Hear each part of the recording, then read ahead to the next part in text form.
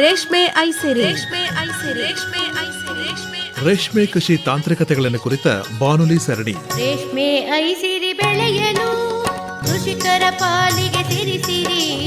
ರೇಷ್ಮೆ ಐಸಿರಿ ಬೆಳೆಯಲು ಕೃಷಿಕರ ಪಾಲಿಗೆ ಸಿರಿಸಿರಿ. ಕೇಳಿ ಕಾರ್ಯಕ್ರಮ ರೇಷ್ಮೆ ಐಸಿರಿ. ರೇಷ್ಮೆ ಐಸಿರಿ. ರೇಷ್ಮೆ ಐಸಿರಿ. ರೇಷ್ಮೆ ಐಸಿರಿ. ಹಿಪ್ಪು ನೇರಳೆ ಸೊಪ್ಪನ್ನು ತಿಂದು ಹೊನ್ನದಾರದ ಗೂಡನ್ನು ನೇಯ್ದು ರೈತನ ಆದಾಯ ಸುಸ್ಥಿರ ಮಾಡುವ ಕೌತುಕ ಬೆಳೆಯ ರೇಷ್ಮೆ ಐಸಿರಿ. ರೇಷ್ಮೆ ಐಸಿರಿ ಬೆಳೆಯಲು ಕೃಷಿಕರ ಪಾಲಿಗೆ ಸಿರಿ ಸಿರಿ. ರೈತ ಬಾಂಧವರಿಗೆಲ್ಲ ರೇಷ್ಮೆ ಐಸಿರಿ ಬಾನುಲಿ ಸರಣಿಗೆ ಆತ್ಮೀಯ ಸ್ವಾಗತ. ಇಂದು ಹಿಪ್ಪು ನೇರಳೆ ಬೇರಿನ ರೋಗಗಳು ಹಾಗೂ ನಿಯಂತ್ರಣ ಕ್ರಮಗಳನ್ನು ಕುರಿತು ಮೈಸೂರಿನ ಕೇಂದ್ರ ರೇಷ್ಮೆ ಸಂಶೋಧನೆ ಹಾಗೂ ತರಬೇತಿ ಸಂಸ್ಥೆಯ ವಿಜ್ಞಾನಿ ಡಾಕ್ಟರ್ ಜಿಎಸ್ ಅರುಣ್ ಕುಮಾರ್ ಅವರೊಂದಿಗೆ ಸಂದರ್ಶನವಿದೆ. ರೈತನ ಆದಾಯ ಸುಸ್ಥಿರ ಮಾಡುವ ಕೌತುಕ ಬೆಳೆಯ ರೇಷ್ಮೆ ಐಸಿರಿ. ರೇಷ್ಮೆ ಐಸಿರಿ ಬೆಳೆಯಲು ಕೃಷಿಕರ ಪಾಲಿಗೆ ಸಿರಿ ಸಿರಿ. ಡಾಕ್ಟರ್ ಅರುಣ್ ಕುಮಾರ್ ಅವರೇ, ನಮಸ್ಕಾರ. ನಮಸ್ಕಾರ ಸರ್. ತಾವು ಈ ದಿವಸ ಹಿಪ್ಪುನೇರಳೆ ರೋಗಗಳು ಮತ್ತು ಅವುಗಳ ಸಮಗ್ರ ನಿರ್ವಹಣಾ ಕ್ರಮಗಳಿಗೆ ಸಂಬಂಧಪಟ್ಟಂತೆ ವಿವರವಾಗಿ ಮಾಹಿತಿಯನ್ನು ನೀಡಬೇಕು. ನಮಸ್ಕಾರ ನನ್ನ ನೆಚ್ಚಿನ ರೈತ ಬಾಂಧವರೇ. ಇವತ್ತು ನಾವು ಹಿಪ್ಪುನೇರಳೆಯಲ್ಲಿ ಬರ್ತಕ್ಕಂಥ ಬೇರುಕೊಳೆ ರೋಗ ಮತ್ತು ಬೇರುಗಂಟು ರೋಗ ಇವುಗಳ ಬಗ್ಗೆ ತಿಳ್ಕೊಳ್ಳೋಣ. ಈ ಒಂದು ಬೇರುಕೊಳೆ ರೋಗ ಸಾಮಾನ್ಯವಾಗಿ ಈ ಏಪ್ರಿಲ್ ತಿಂಗಳಿಂದ ಹೆಚ್ಚು ತಾಪಮಾನದಿಂದ ಮತ್ತು ಮಣ್ಣಿನ ತೇವಾಂಶ ಕಡಿಮೆ ಇರೋದರಿಂದ ಹೆಚ್ಚಾಗ್ತದೆ. ಈಗ ಏಪ್ರಿಲ್, ಮೇ, ಜೂನು ಇದರ ತೀವ್ರತೆ ಹೆಚ್ಚಾಗಿರುತ್ತದೆ. ನಾನು ಒಂದು 4 ಪ್ರಮುಖ ಕಾರಣಗಳನ್ನು ಕೊಡ್ತೀನಿ, ಇದು ಯಾವ ರೀತಿ ಬರುತ್ತೆ ಅಂತ. ಅದನ್ನು ನಾವು ಇಟ್ಕೊಂಡು ಹಿಪ್ಪುನೇರಳೆಯಲ್ಲಿ ಬೇರುಕೊಳೆ ರೋಗವನ್ನು ನಾವು ಸಮಗ್ರವಾಗಿ ನಿರ್ವಹಣೆಯನ್ನು ಮಾಡಬೇಕಾಗತ್ತೆ. ಮೊದಲನೇದಾಗಿ ಈ ಬೇಸಿಗೆಯಲ್ಲಿ ವಾತಾವರಣದ ತಾಪಮಾನ ಹೆಚ್ಚಾಗಿರೋದ್ರಿಂದ ಮಣ್ಣಿನಲ್ಲೂ ಕೂಡ ತಾಪಮಾನ ಹೆಚ್ಚಾಗುತ್ತೆ. ಅದನ್ನು ನಾವು ಮಣ್ಣಿನ ತಾಪಮಾನ ಅಂತ ಹೇಳ್ತೀವಿ. ಅದು ಹೆಚ್ಚಾಗಿರೋದಕ್ಕೆ ಒಂದು ಕಾರಣ. ಎರಡನೇ ಕಾರಣ ಅಂತ ಹೇಳಿದ್ರೆ ಬೇಸಿಗೆಯಲ್ಲಿ ತೇವಾಂಶ ಕಡಿಮೆ ಇರುತ್ತೆ. ನೀರಿನ ಕೊರತೆಯಿಂದ ಆಗಿರ್ಬೋದು ಅಥವಾ ಬೇಗ ಆವಿಯಾಗಿರೋದ್ರಿಂದ ಇರ್ಬೋದು. ಈ ಒಂದು ಮಣ್ಣಿನ ತೇವಾಂಶ ಕಡಿಮೆ ಇರತಕ್ಕಂಥದ್ದು. ಮೂರನೇದಾಗಿ ಸಾವಯವ ಇಂಗಾಲ ಅಂತ ಹೇಳ್ತೀವಿ. ಸಾವಯವ ಇಂಗಾಲ ಮಣ್ಣಿನಲ್ಲಿ ಕಡಿಮೆ ಇದ್ದಾಗ ಅಂದರೆ 0.5 ಇದರ ಕೆಳಗಡೆ ಇದ್ದಾಗ ಈ ಒಂದು ರೋಗ ತೀವ್ರತೆ ಹೆಚ್ಚಾಗುವಂಥ ಸಾಧ್ಯತೆ ಇರ್ತದೆ. ನಾಲ್ಕನೇದು ಅಂತ ಹೇಳಿದ್ರೆ ಎಲ್ಲೆಲ್ಲಿ ಮಣ್ಣಿನ ರಸಸಾರ pH ಅಂತ ಹೇಳ್ತೀವಿ ಇದು ಹೆಚ್ಚಿದ್ದಾಗ ಅಂದರೆ 7.5ಕ್ಕಿಂತ ಹೆಚ್ಚಿದ್ದಾಗ ಅದನ್ನು ಕ್ಷಾರ ಮಣ್ಣು ಅಂತ ಹೇಳ್ತೀವಿ. ಇಂಥ ಒಂದು 4 ಸಂದರ್ಭದಲ್ಲಿ ನಮಗೆ ಈ ಬೇರುಕೊಳೆ ರೋಗ ಹೆಚ್ಚಾಗಿ ನಮ್ಮ ಹಿಪ್ಪುನೇರಳೆ ತೋಟದಲ್ಲಿ ಕಂಡು ಬರೋಂಥ ಸಾಧ್ಯತೆಗಳು ಇರ್ತವೆ. ಅದರಲ್ಲೂ ಇದು ಶುರುವಾಗೋದು ಬೇಸಿಗೆನಲ್ಲಿ. ಈ ಬೇಸಿಗೆಯಲ್ಲಿ ಶುರುವಾಗಿದ್ದು ಇದು ಸತತವಾಗಿ ಇರುತ್ತೆ, ವರ್ಷವಿಡೀ ಇರುತ್ತೆ. ಆದರೆ ಈಗ ಅದು ಹೆಚ್ಚಿನ ಲಕ್ಷಣಗಳನ್ನು ತೋರಿಸುತ್ತೆ ಮತ್ತು ಬೇರೆ ಚೆನ್ನಾಗಿರತಕ್ಕಂಥ ಗಿಡಗಳಿಗೂ ಕೂಡ ಮುಂದೆ ಹರಡುತ್ತೆ. ಈಗ ನಾವು ಯಾವ ಕಾರಣಕ್ಕೆ ಬಂತು ಅಂತ ತಿಳ್ಕೊಂಡಿದ್ವಿ ರೈತ ಬಾಂಧವರೇ. ಇದರ ಗುಣಲಕ್ಷಣಗಳು ಹೇಗಿರುತ್ತೆ, ನಾವು ಯಾವ ರೀತಿ ಇದನ್ನು ಕಂಡು ಹಿಡಿಬೇಕು ಅನ್ನೋದ್ರ ಬಗ್ಗೆ ನಾನು ನಿಮಗೆ ತಿಳಿಸ್ಕೊಡ್ತೀನಿ. ಈಗ ಮೊದಲನೇದಾಗಿ ಗಿಡಗಳು ಸೊರಗಿದಂತೆ ಕಾಣಿಸ್ತವೆ.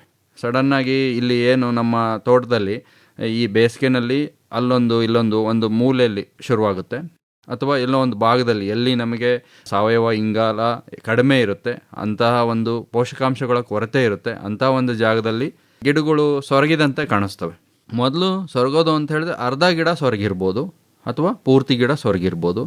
ಇದನ್ನು ತಾವು ಒಂದು ವೇಳೆ ಏನಾದರೂ ನೆಗ್ಲೆಕ್ಟ್ ಮಾಡಿದ್ದಲ್ಲಿ ಅಥವಾ ಇದನ್ನು ನೀವು ಯಾವುದೋ ಒಂದು ಬೇರೆ ಕಾರಣದಿಂದ ಒಂದು ಗಿಡ ಹೋಗಿದೆ ಅಂತ ಬಿಟ್ಟರೆ, ಹೇಗೆ ಕೋವಿಡ್-19 ಹರಡ್ತೋ, ನಾವು ಒಬ್ಬರನ್ನ ಯಾರಾದರೂ ಬಂದಿರತಕ್ಕಂತಹ ವ್ಯಕ್ತಿಯನ್ನು ನಾವು ನೆಗ್ಲೆಕ್ಟ್ ಮಾಡಿದರೆ ಹೇಗೆ ಇದು ಪೂರ್ತಿ ಹರಡ್ತಿತ್ತೋ ಅದೇ ರೀತಿ ಈಗ ಒಂದು ಗಿಡಕ್ಕೆ ಬಂದಿರೋದು ಬೇರೆ ಬೇರೆ ಚೆನ್ನಾಗಿರ್ತಕ್ಕಂಥ ಗಿಡಗಳಿಗೆ ನಾವೇನೂ ಔಷಧಿನ ಉಪಚಾರ ಮಾಡದೇ ಇದ್ದರೆ ಚೆನ್ನಾಗಿರ್ತಕ್ಕಂಥ ಗಿಡಗಳಿಗೂ ಕೂಡ ಇದು ಹರಡುತ್ತೆ. ಅದಾದ ನಂತರ ಮೊದಲು ಇದನ್ನು ನಾವು ಸೊರಗುವಿಕೆ ಅಂತ ಹೇಳ್ತೀವಿ. ಇದು ಮೊದಲನೇ ಒಂದು ಗುಣಲಕ್ಷಣ. ಅದಾದ ನಂತರ ಒಣಗೋದು. ಗಿಡ ಸೊರಗಿರ್ತಕ್ಕಂಥ ಗಿಡ ನಿಧಾನವಾಗಿ ಒಣಗುತ್ತೆ. ಒಣಗಾದ್ಮೇಲೆ ಆ ಬೇರುಗಳು ಕೊಳೆಯುತ್ತವೆ. ಅದನ್ನು ನಾವು ಕೊಳೆಯುವಿಕೆ ಅಂತ ಹೇಳ್ತೀವಿ. ಹೀಗೆ ಮೊದಲನೆಯಾಗಿ ಸೊರಗುವಿಕೆ, ನಂತರ ಒಣಗೋದು, ಆ ನಂತರ ಬೇರು ಕೊಳೆ. ಈ ರೀತಿ ಈ ಒಂದು ರೋಗದ ಗುಣಲಕ್ಷಣ ಇರುತ್ತೆ. ಇದು ಸಾಮಾನ್ಯವಾಗಿ ಇಡೀ ತೋಟಕ್ಕೆ ಒಂದೇ ಸಲಿಗೆ ಬರೋದಿಲ್ಲ. ಸಾಮಾನ್ಯವಾಗಿ 1-2 ಕಡೆ 3 ಕಡೆ ಬರ್ಬೋದು. ಅಲ್ಲಿಂದ ನಾವು ಅದನ್ನು ನಿಯಂತ್ರಣ ಮಾಡದೇ ಇದ್ದರೆ ಮುಂದ್ಗಡೆ ಹರಡೋಂಥ ಸಾಧ್ಯತೆಗಳು ಹೆಚ್ಚಾಗಿರುತ್ತೆ. ಇದರ ಗುಣಲಕ್ಷಣಗಳನ್ನು ನಾನು ನಿಮಗೆ ತಿಳಿಸ್ಕೊಟ್ಟೆ. ಮತ್ತೊಂದು ಗುಣಲಕ್ಷಣ ಅಂತ ಹೇಳಿದ್ರೆ, ನೀವು ಸಾಮಾನ್ಯವಾಗಿ ಬೇಸಾಯ ಮಾಡಿ, ಟ್ರ್ಯಾಕ್ಟರ್ ಉಳುಮೆ ಮಾಡಿ ಅಥವಾ ಎತ್ತುಗಳ ಬೇಸಾಯ ಮಾಡಿದಾಗ ಬೇರುಗಳಿಗೆ ಡ್ಯಾಮೇಜ್ ಆಗಿ ಆಗ ಗಿಡ ಕಿತ್ತು ಒಣಗೋದು ಬೇರೆ, ಅದರ ಲಕ್ಷಣಗಳು ಬೇರೆ ಇರುತ್ತೆ, ಇದರ ಲಕ್ಷಣಗಳು ಬೇರೆ ಇರುತ್ತೆ. ಇದು ಒಂದು ಗಿಡ ಏನಾದರೂ ಬೇರುಕೊಳೆ ಬಂದು ಒಣಗಿದೆ ಅಂತ ಹೇಳಿದ್ರೆ ಅದನ್ನು ನೀವು ಒಂದೇ ಕೈನಲ್ಲಿ ಈಜಿಯಾಗಿ ಅದನ್ನು ಮಣ್ಣಿನಿಂದ ಹೊರ ತೆಗಿಬೋದು. ಸೊ ಇದು ಪ್ರಮುಖವಾದಂಥ ಒಂದು ಗುಣಲಕ್ಷಣ. ಅದಾದ ನಂತರ ನಾವು ಇದನ್ನು ಯಾವ ರೀತಿ ನಿರ್ವಹಣೆ ಮಾಡಬೇಕು. ಈ ಬೇರುಕೊಳೆ ರೋಗ ಸಾಮಾನ್ಯವಾಗಿ ಬಹಳ ಕಷ್ಟ ಇದನ್ನು ನಿರ್ವಹಣೆ ಮಾಡೋದು. ಯಾಕೆ ಅಂತ ಹೇಳಿದ್ರೆ ಇದು ಮಣ್ಣಿನಿಂದ ಹರಡ್ತಕ್ಕಂಥ ರೋಗ. ಮಣ್ಣಿನಿಂದ ಗಿಡದಿಂದ ಗಿಡಕ್ಕೆ ಹರಡುತ್ತೆ. ಅಥವಾ ನಾವು ಏನು ನೀರಾವರಿ ಮಾಡ್ತೀವಿ, ಹಾಯನೀರು ಪದ್ಧತಿ ಇದ್ದರೆ ಅತಿ ಬೇಗವಾಗಿ ಹರಡುತ್ತೆ. ಅದಾದ ನಂತರ ಉಳುಮೆ ಮಾಡುವಾಗ ಅಲ್ಲಿ ಒಂದು ಗಿಡಕ್ಕೆ ರೋಗ ಬಂದಿತ್ತು ಅಂತ ಹೇಳಿದ್ರೆ ಆ ರೋಗಾಣುಗಳು ಮತ್ತೆ ಮುಂದಿನ ಗಿಡಗಳಿಗೆ, ಚೆನ್ನಾಗಿರ್ತಕ್ಕಂಥ ಗಿಡಗಳಿಗೆ ಮುಂದಿನ ಪ್ರದೇಶಕ್ಕೆ ಹರಡಿ ಅಲ್ಲಿ ರೋಗವನ್ನು ತರಿಸ್ತಕ್ಕಂಥ ಸಾಧ್ಯತೆ ಇರ್ತದೆ. ಈ ರೀತಿ ಇದ್ದಾಗ ನಾವು ಇದನ್ನು ನಿಯಂತ್ರಣ ಹೇಗೆ ಮಾಡಬೇಕು ಅಂತ ಹೇಳಿದ್ರೆ ಸಮಗ್ರ ನಿರ್ವಹಣೆ ಕಾರ್ಯಕ್ರಮ ಅಂತ ಹೇಳ್ತೀವಿ. ಸಮಗ್ರ ನಿರ್ವಹಣೆ ಅಂತ ಅಂದರೆ ನಾವು ಹೆಂಗೆ ಕೊರೋನಾ ಬಂದಾಗ ಆ ಕೊರೋನಾದಿಂದ ನಾವು ಬಚಾವ್ ಆಗಬೇಕು ಅಂತ ಹೇಳಿ ಯಾವ ರೀತಿ ಅಂತರವನ್ನು ಕಾಯ್ಕೊಂಡಿದ್ವಿ, ಅಥವಾ ಮಾಸ್ಕನ್ನು ಹಾಕ್ಕೊಂಡಿದ್ವಿ, ಅಥವಾ ನಾವು ಪದೇ ಪದೇ ಸ್ಯಾನಿಟೈಸೇಷನ್ ಮಾಡಿಕೊಂಡು ಕೈ ತೊಳಿತಾ ಇದ್ವಿ, ವ್ಯಾಕ್ಸಿನ್ನ ತೊಗೊಂಡಿದ್ವಿ. ಈ ರೀತಿ ಹಲವಾರು ಕಾರ್ಯಕ್ರಮದಿಂದ ಮಾತ್ರ ನಾವು ಆ ರೋಗದಿಂದ ನಿರ್ವಹಣೆಯನ್ನು ಅಥವಾ ಮುಕ್ತಿಯನ್ನು ಹೊಂದಿದ್ವಿ. ಅದೇ ರೀತಿಯಾಗಿ ಇಲ್ಲೂ ಕೂಡ ನಾವು ಒಂದು ಪದ್ಧತಿಯನ್ನು ಅಳವಡಿಸ್ಕೊಂಡ್ರೆ ಈ ರೋಗವನ್ನು ನಿಯಂತ್ರಣ ಮಾಡೋದು ಸ್ವಲ್ಪ ಕಷ್ಟ. ಹಾಗಾಗಿ ನಾನೇನು ಮೊದಲು ನಿಮಗೆ ತಿಳಿಸ್ಕೊಟ್ಟೆ 4 ಕಾರಣಗಳು, ಅವುಗಳನ್ನು ನಾವು ಫಸ್ಟು ನಿಯಂತ್ರಣ ಮಾಡಬೇಕು. ಮೊದಲನೇದಾಗಿ ಯಾವ ರೀತಿ ಅಂತ ಹೇಳಿದ್ರೆ, ಈ ಬೇಸಿಗೆಯಲ್ಲಿ ನಾನು ರೋಗ ಶುರುವಾಗುತ್ತೆ ಅಂತ ಹೇಳಿದೆ. ಯಾಕೆ ಅಂದರೆ ಬೇಸಿಗೆಯಲ್ಲಿ ಹೆಚ್ಚಿನ ತಾಪಮಾನ, ಭೂಮಿನಲ್ಲಿ ಹೆಚ್ಚಿನ ತಾಪಮಾನ ಇರುತ್ತೆ ಮತ್ತು ಕಡಿಮೆ ಒಂದು ತೇವಾಂಶ ಇರುತ್ತೆ. ಇವೆರಡೂ ಏನು ಮಾಡುತ್ತೆ, ಈ ರೋಗಕಾರಕಗಳಿಗೆ ಅನುಕೂಲಕರವಾಗಿ ರೋಗವನ್ನು ತರಿಸುತ್ತೆ. ಯಾಕೆ ಅಂತ ಹೇಳಿದ್ರೆ ಅಂಥ ಸಂದರ್ಭದಲ್ಲಿ ಗಿಡಕ್ಕೆ ಒಂದು ಸ್ಟ್ರೆಸ್ ಅಂತ ಹೇಳ್ತೀವಿ. ಗಿಡಕ್ಕೆ ಸ್ಟ್ರೆಸ್ ಆದಾಗ ಅದು ಇನ್ನೊಂದು ಸ್ಟ್ರೆಸ್, ಈ ರೋಗ ಬರ್ತಕ್ಕಂಥ ಎಲ್ಲ ಸಾಧ್ಯತೆಗಳು ಇರ್ತವೆ. ಆಗ ನಾವೇನು ಮಾಡಬೇಕು, ಮೊದಲನೇದಾಗಿ ಈ ಕಲ್ಚರಲ್ ಪ್ರಾಕ್ಟೀಸ್ ಅಂತ ಹೇಳ್ತೀವಿ ನಾವು. ಅಂತ ಹೇಳಿದ್ರೆ ವ್ಯಾವಸಾಯಿಕ ವಿಧಾನ. ಈ ವ್ಯಾವಸಾಯಿಕ ವಿಧಾನಗಳಲ್ಲಿ ನಾವು ಯಾವ ರೀತಿ ಇದನ್ನು ನಿಯಂತ್ರಣ ಮಾಡಬೇಕು, ನಮ್ಮ ಮಣ್ಣಿನ ಉಷ್ಣಾಂಶ ಹೆಚ್ಚಾಗುತ್ತೆ ಅಂದರೆ ಅದನ್ನು ಕಡಿಮೆ ಮಾಡಬೇಕು. ಯಾವ ರೀತಿ ಕಡಿಮೆ ಮಾಡಬೇಕು ಅಂತ ಹೇಳಿದ್ರೆ, ಹೇಗೆ ನಮ್ಮ ಗ್ರಾಮೀಣ ಭಾಗದಲ್ಲಿ ತಾಯಂದಿರು ಈಗ ಮಳೆಗಾಲ ಮುಗಿತಾ ಬಂತು, ಚಳಿಗಾಲ ಮುಗಿತಾ ಬಂತು, ಬೇಸಿಗೆನಲ್ಲಿ ಹಪ್ಪಳ, ಶೆಂಡಿಗೆ, ಶಾವಿಗೆ ಇವನ್ನೆಲ್ಲ ತಯಾರು ಮಾಡಿ ಮಳೆಗಾಲಕ್ಕೆಲ್ಲ ರೆಡಿ ಮಾಡಿ ಇಟ್ಕೊಂಡ್ಬಿಡ್ತಿದ್ರು. ಅದೇ ರೀತಿ ನಾವು ಕೂಡ ರೈತರು ಗಡ್ಡಕ್ಕೆ ಬೆಂಕಿ ಹತ್ತಿದಾಗ ಬಾವಿ ತೊಡಕ್ಕೆ ಹೋಗಬಾರ್ದು. ನಾವು ಇದಕ್ಕೆ ರೆಡಿಯಾಗಿರಬೇಕು. ಈ ರೋಗ ಬರುತ್ತೆ ಅಥವಾ ನಿಮಗೆ ಹಿಂದಿನ ವರ್ಷ ಆಲ್ರೆಡಿ ಕಂಡು ಬಂದಿತ್ತು ಅಂತ ಹೇಳಿದ್ರೆ ಈ ರೋಗವನ್ನು ನಿಯಂತ್ರಣ ಮಾಡೋಕ್ಕೆ ಎಲ್ಲ ರೀತಿಯಾಗಿ ನಾವು ರೆಡಿಯಾಗಿರಬೇಕು. ಅದಕ್ಕೆ ಯಾವ ರೀತಿ ತಯಾರಾಗಿರಬೇಕು ಅಂದರೆ, ನಾವು ಎಲ್ಲೆಲ್ಲಿ ಈ ರೋಗ ಹಿಂದಿನ ವರ್ಷ ಕಂಡು ಬಂದಿತ್ತು ಅಂಥ ಜಾಗಗಳಲ್ಲಿ ಮಲ್ಚಿಂಗ್ ಅಂತ ಹೇಳ್ತೀವಿ. ಈ ಏನು ಬೆಳೆಗಳ ಒಂದು ಕಸ ಸಿಗುತ್ತೆ, ಬಾಳೆಯ ಒಂದು ಕಸ ಇರ್ಬೋದು, ಕಬ್ಬಿನ ಒಂದು ಕಸ ಇರ್ಬೋದು, ಅಥವಾ ತೆಂಗಿನ ಕಸ ಇರ್ಬೋದು, ಇದನ್ನೆಲ್ಲ ತೊಗೊಂಡೋಗಿ ನಾವು ಮಲ್ಚಿಂಗ್ ಮಾಡಬೇಕು ಬಂದಿರತಕ್ಕಂಥ ಜಾಗದಲ್ಲಿ. ಮಲ್ಚಿಂಗ್ ಮಾಡಿದ್ರೆ ಕೆಲವೊಬ್ಬ ರೈತರು, ಸರ್ ನೀವು ಹೇಳಿಬಿಟ್ರಿ ಬೇಸಿಗೆನಲ್ಲಿ ಬೆಂಕಿ ಹತ್ತಿ ತೋಟನೇ ಸುಟ್ಟೋಗೋ ಅಂಥ ಒಂದು ಸಾಧ್ಯತೆ ಇರ್ತೈತಿ, ಅದನ್ನು ಹೆಂಗೆ ಮಾಡೋದು ಅಂತ. ಮಲ್ಚಿಂಗ್ ಅಂತ ಹೇಳಿದ್ರೆ ನೀವು ಬರೀ ಮಲ್ಚಿಂಗ್ ಮಾಡಿಬಿಟ್ರೆ ನಾವು ನಿಯಂತ್ರಣೆ ಮಾಡೋದು ಕಷ್ಟ, ಈ ರೀತಿ ಅನಾನುಕೂಲಗಳು ಆಗಬಹುದು. ಅದನ್ನು ಮಲ್ಚಿಂಗ್ ಹಾಕಿ ಸ್ವಲ್ಪ ನೀವು ಮಡಿಕೆ ಕಾಳು ಅಂತ ಸಿಗುತ್ತೆ, ಅದು ಬಳ್ಳಿ, ಅದೇನು ಮಾಡ್ತತಿ ಅಂತ ಹೇಳಿದ್ರೆ ನೀವು ಒಂದು ಸ್ವಲ್ಪ ಹಸಿ ಇರೋ ಜಾಗದಲ್ಲಿ ಬೀಜಗಳನ್ನು ಉದುರಿಸಿದರೆ ಅದು ಎಲ್ಲ ಕಡೆ ಹರಡ್ಕೊಂಡು ನೀವು ಮಲ್ಚಿಂಗ್ ಮಾಡಿರ್ತಕ್ಕಂಥ ಒಂದು ಕಸದ ಮೇಲೆ ಬೆಳೀತದೆ. ಅವಾಗೇನಾಗತ್ತೆ, ನಿಮಗೆ ಬೆಂಕಿ ಹಚ್ಚಿ ತೋಟ ಸುಡುವಂಥ ಸಾಧ್ಯತೆಗಳು ಕಡಿಮೆ ಆಗ್ತದೆ. ಆ ಮಲ್ಚಿಂಗ್ ಮಾಡೋದ್ರಿಂದ, ಈ ಬಳ್ಳಿನ ಬೆಳೆಸೋದ್ರಿಂದ ಭೂಮಿನ ತೇವಾಂಶವನ್ನು ಕಾಪಾಡ್ಬೋದು ಮತ್ತು ಭೂಮಿನಲ್ಲಿ ಉಷ್ಣಾಂಶ ಹೆಚ್ಚಾಗೋದನ್ನು ನಾವು ಕಡಿಮೆ ಮಾಡ್ಬೋದು. ಇದು ಒಂದು ವಿಧವಾದ ಪದ್ಧತಿ. ಅದಾದ ನಂತರ ನಾವೇನು ಮಾಡಬೇಕು, ಸಾಕಷ್ಟು ಕೊಟ್ಟಿಗೆ ಗೊಬ್ಬರ. ನಾವು ಈಗ ಹೇಳ್ತೀವಿ, ಸರ್ ನಮ್ಮಲ್ಲಿ ದನನೇ ಇಲ್ಲ, ಕೊಟ್ಟಿಗೆ ಗೊಬ್ಬರ ಎಲ್ಲಿಂದ ತರೋದು ಅಂಥೇಳಿ. ಇಲ್ಲ, ನಾವು ಭೂಮಿಗೆ ನಾವೇನು ಶಿಫಾರಸು ಮಾಡಿರ್ತೀವಿ ಅಷ್ಟು ಕೊಟ್ಟಿಗೆ ಗೊಬ್ಬರ ಹಾಕಲೇಬೇಕು. ಯಾವುದಾದ್ರೂ ಒಂದು ಬೆಳೆ ಹೆಚ್ಚು ನಿಮಗೆ ಕಟಾವು ಮಾಡೋದು, ಹೆಚ್ಚು ಇಳುವರಿ ಕೊಡ್ತದೋ ಅಂತ ಇದ್ದರೆ ಅದು ಹಿಪ್ಪು ನೇರಳೆ. ನಾವು ವರ್ಷಕ್ಕೆ 5 ಬಾರಿ ಕಟಾವು ಮಾಡ್ತೀವಿ. ಭೂಮಿನಿಂದ ನಾವು 100ರಿಂದ 120 ಟನ್ನಷ್ಟು ಹೊರ ತೆಗಿತೀವಿ. ಆಗ ನಾವು ಎಷ್ಟು ಭೂಮಿಗೆ ಹಾಕಬೇಕು ಅಂತ ಶಿಫಾರಸು ಮಾಡಿರ್ತೀವಿ ಅಷ್ಟನ್ನು ನಾವು ಕೊಡಲೇಬೇಕು. ಕೆಲವೊಬ್ರು ಹೇಳ್ತಾರೆ ನೀವು ಕೊಟ್ಟಿಗೆ ಗೊಬ್ಬರ ಕೊಟ್ಟಿದ್ದೀರಾ ಅಂತ ಕೇಳಿದ್ರೆ, ಹೌದು ಸರ್ ಕೊಟ್ಟಿದ್ದೀವಿ. ಎಷ್ಟು ಕೊಟ್ಟಿರಿ ಅಂತ ಹೇಳಿದ್ರೆ, 1 ಟ್ರ್ಯಾಕ್ಟರ್ ಕೊಟ್ಟಿದ್ದೀವಿ ಸರ್, ಅದು ಹೋದ ವರ್ಷ ಕೊಟ್ಟಿದ್ದೀವಿ, ಈ ವರ್ಷ ಕೊಡೋಕ್ಕಾಗಿಲ್ಲ ಅಂತ. ಹಂಗಾಗೋದಿಲ್ಲ. ನಾವು ಪ್ರತಿ ವರ್ಷ 1 ಎಕರೆಗೆ 4 ಟ್ರ್ಯಾಕ್ಟರ್ ಲೋಡ್ ಕೊಟ್ಟಿಗೆ ಗೊಬ್ಬರ, ಚೆನ್ನಾಗಿ ಕೊಳೆತಂಥ ಕೊಟ್ಟಿಗೆ ಗೊಬ್ಬರವನ್ನು ಕೊಟ್ಟಲ್ಲಿ ಸಾವಯವ ಇಂಗಾಲ ಅದನ್ನು ನಾವು ಭೂಮಿನಲ್ಲಿ ಹೆಚ್ಚಿಸ್ಬೋದು. ಇಲ್ಲ ನಾವೇನು ಕೊಟ್ಟಿಗೆ ಗೊಬ್ಬರ ಕೊಡಲ್ಲ ಅಂತ ಹೇಳಿದ್ರೆ ಕ್ರಮೇಣವಾಗಿ ಭೂಮಿನಲ್ಲಿ ಸಾವಯವ ಇಂಗಾಲ ಕಡಿಮೆ ಆಗ್ತಾ ಹೋಗುತ್ತೆ, ಇಂಥ ರೋಗಗಳು ಹೆಚ್ಚಾಗ್ತಾ ಹೋಗ್ತವೆ. ಹಾಗೆ ನಾವು ನಿಯಂತ್ರಣ ಮಾಡೋದು ಕಷ್ಟ. ಹೇಗೆ ಅಂತೇಳಿ ನೋಡಿ, ನಾವೇನು ಜ್ವರ ಬಂತು ಅಂತ ಹೇಳಿದ್ರೆ ನಮ್ಮ ಡಾಕ್ಟ್ರ್ ಹತ್ರ ಹೋಗ್ತೀವಿ. ಅವ್ರು ಏನು ಮಾಡ್ತಾರೆ, ಇಮಿಡಿಯೇಟಾಗಿ ಒಂದು ಮೆಡಿಸಿನ್ ಕೊಡ್ತಾರೆ, 8 ದಿನ ಬಿಟ್ಟು ನೋಡ್ರಿ ಅಂತ ಹೇಳ್ತಾರೆ. ಅಷ್ಟರೊಳಗೆ ಸರಿಯಾದರೆ ಸರಿ, ನಮ್ಮದೆಲ್ಲ ಚೆನ್ನಾಗಿದೆ ಅಂತ. ಅದಾದಮೇಲೂ ಸರಿಯಾಗಿಲ್ಲ ಅಂತ ಹೇಳಿದ್ರೆ ಹೇಗೆ ನಾವು ಎಲ್ಲ ಟೆಸ್ಟ್ಗಳನ್ನು ಮಾಡ್ತೀವಿ, ಹಾಗೇನೂ ಕೂಡ ಭೂಮಿನಲ್ಲಿ ನಾವೇನಾದರೂ ಕೊಟ್ಟಂಥ ಔಷಧಿ ಕೆಲಸ ಮಾಡ್ತಿಲ್ಲ ಅಂತ ಹೇಳಿದ್ರೆ ಮತ್ತೆ ನಾವು ಮಣ್ಣಿನ ಪರೀಕ್ಷೆ ಮಾಡಬೇಕಾಗುತ್ತೆ. ಮಣ್ಣಿನ ಪರೀಕ್ಷೆ ಭಾಳ ಇಂಪಾರ್ಟೆಂಟು. ಯಾಕೆ ಅಂತ ಹೇಳಿದ್ರೆ ಅದರಲ್ಲಿ ಏನೇನಿದೆ ಅಂತಕ್ಕಂಥದ್ದು ಮೊದಲು ನಾವು ತಿಳ್ಕೊಬೇಕು. ಅದಾದ ನಂತರ ಅದಕ್ಕೆ ನಾವು ಬೇಕಾಗಿರ್ತಕ್ಕಂಥ ಪೋಷಕಾಂಶಗಳಿರ್ಬೋದು ಮತ್ತು ಕೊಟ್ಟಿಗೆ ಗೊಬ್ಬರವನ್ನು ನಾವು ಕೊಡ್ಬೋದು. ಇದರಿಂದನೂ ಕೂಡ ನಾವು ರೋಗವನ್ನು ನಿಯಂತ್ರಣ ಮಾಡ್ಬೋದು. ಈಗ ಮಣ್ಣು ಪರೀಕ್ಷೆ ಮಾಡಿದಾಗ ಅಲ್ಲಿ ನಿಮ್ಮ ಮಣ್ಣಿನಲ್ಲಿ ಸಾವಯವ ಇಂಗಾಲ 0.5ಗಿಂತ ಕಡಿಮೆ ಇತ್ತು ಅಂತ ಹೇಳಿದ್ರೆ ಅದು ಸಾಕಾಗೋದಿಲ್ಲ. ಸಾವಯವ ಇಂಗಾಲ 0.5ಗಿಂತ ಹೆಚ್ಚಿದ್ದಾಗ ಅದನ್ನು ನಾವು ಮಾಡ್ತಾ ಇದ್ದೀವಿ, ಕೊಟ್ಟಿಗೆ ಗೊಬ್ಬರವನ್ನು ಹಾಕ್ತಾ ಇದ್ದೀವಿ ಅಂತ ಅರ್ಥ. ಅದನ್ನು ನಾವು ಪ್ರತಿ ವರ್ಷ ಹಾಕಲೇಬೇಕು. ಈಗಿದೆ ಅಂಥೇಳಿ ಮತ್ತೆ ಹಾಕದೇ ಇರೋಕ್ಕಾಗೋದಿಲ್ಲ. ಯಾಕೆ ಅಂತೇಳಿ ಬೆಳೆ ಪ್ರತಿ ವರ್ಷ ಬೆಳೀತಾ ಇರ್ತೀವಿ, ಕಟಾವು ಮಾಡ್ತಾ ಇರ್ತೀವಿ, ಅದಕ್ಕೆ ಬೇಕಾಗಿರ್ತಕ್ಕಂಥ ಆಹಾರಗಳನ್ನು ನಾವು ಕೊಡ್ತಾ ಹೋಗಬೇಕು. ಹೀಗಿದ್ದಾಗ ಮಾತ್ರ ಇಂಥ ರೋಗಗಳನ್ನು ನಾವು ಒಂದು ಸ್ವಲ್ಪ ಪರಿಣಾಮಕಾರಿಯಾಗಿ ನಿಯಂತ್ರಣ ಮಾಡ್ಬೋದು. ಅದಾದ ನಂತರ ಮಣ್ಣಿನಲ್ಲಿ ನೀವೇನಾದರೂ ಮಣ್ಣಿನ ರಸಸಾರ ಮಣ್ಣಿನ ಪರೀಕ್ಷೆ ಮಾಡಿದಾಗ 7.5ಕ್ಕಿಂತ ಹೆಚ್ಚಿದ್ದಾಗ 8, 8.5 ಈ ರೀತಿ ಇದ್ದಾಗ ಅದನ್ನು ನಾವು ಕ್ಷಾರ ಮಣ್ಣು ಅಂತ ಹೇಳ್ತೀವಿ. ಆ ಸಂದರ್ಭದಲ್ಲೂ ಕೂಡ ಈ ಒಂದು ರೋಗ ಬರೋವಂಥ ಸಾಧ್ಯತೆ ಇರುತ್ತೆ. ಆಗ ನಾವು ಈ ಮಣ್ಣನ್ನು ನ್ಯೂಟ್ರಲ್ಲಿಗೆ ಅಂದರೆ 6.5ರಿಂದ 7.5 ಈ ಒಂದು ಕ್ರಮದಲ್ಲಿ ನಾವು ತರಬೇಕಾಗುತ್ತೆ. ಅದಕ್ಕೆ ಏನೇನು ಕ್ರಮಗಳನ್ನು ಅನುಸರಿಸಬೇಕು ತಾವು ಅನುಸರಿಸ್ಬಿಟ್ಟು ಈ ಒಂದು ಮಣ್ಣಿನ ರಸಸಾರವನ್ನು ನೀವು ನ್ಯೂಟ್ರಲಲ್ಲಿ ಮೇಂಟೈನ್ ಮಾಡಿದ್ರೆ ಆಗ ನೀವು ಈ ರೋಗವನ್ನು ನಿಯಂತ್ರಣ ಮಾಡ್ಬೋದು.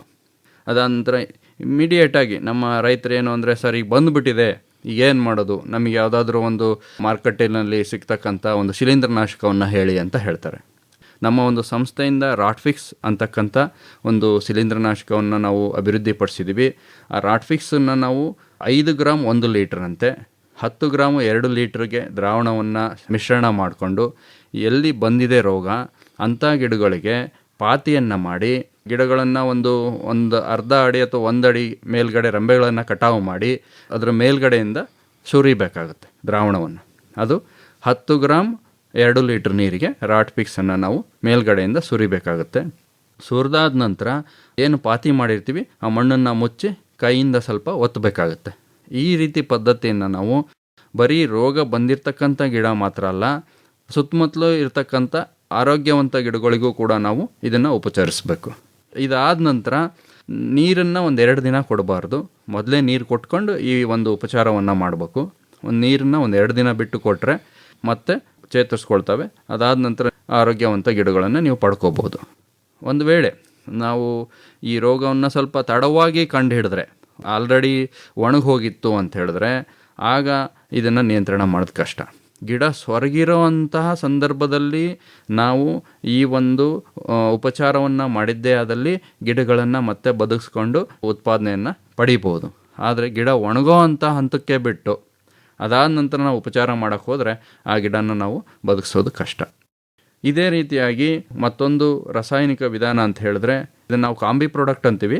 ಈ ಒಂದು ಮಾರುಕಟ್ಟೆಯಲ್ಲಿ ಕಾರ್ಬನ್ಡೆಜಿಮ್ 12% ಮತ್ತು ಮ್ಯಾಂಕೋಜೆಬ್ 63%. ಈ ಒಂದು ಎರಡೂ ಕಾಂಬಿನೇಷನ್ ಇರ್ತಕ್ಕಂಥ ಶಿಲೀಂಧ್ರನಾಶಕ ಮಾರುಕಟ್ಟೆಯಲ್ಲಿ ಸಾಫ್ ಅಥವಾ ಕಗುವಾ, ಕಾಂಪ್ಯಾನಿಯನ್ ಮತ್ತು ಕಾಂಬಿ ಪ್ಲಸ್ ಈ ರೀತಿ ಮಾರುಕಟ್ಟೆಯಲ್ಲಿ 2-3 ಹೆಸರುಗಳಲ್ಲಿ ದೊರೆಯುತ್ತೆ.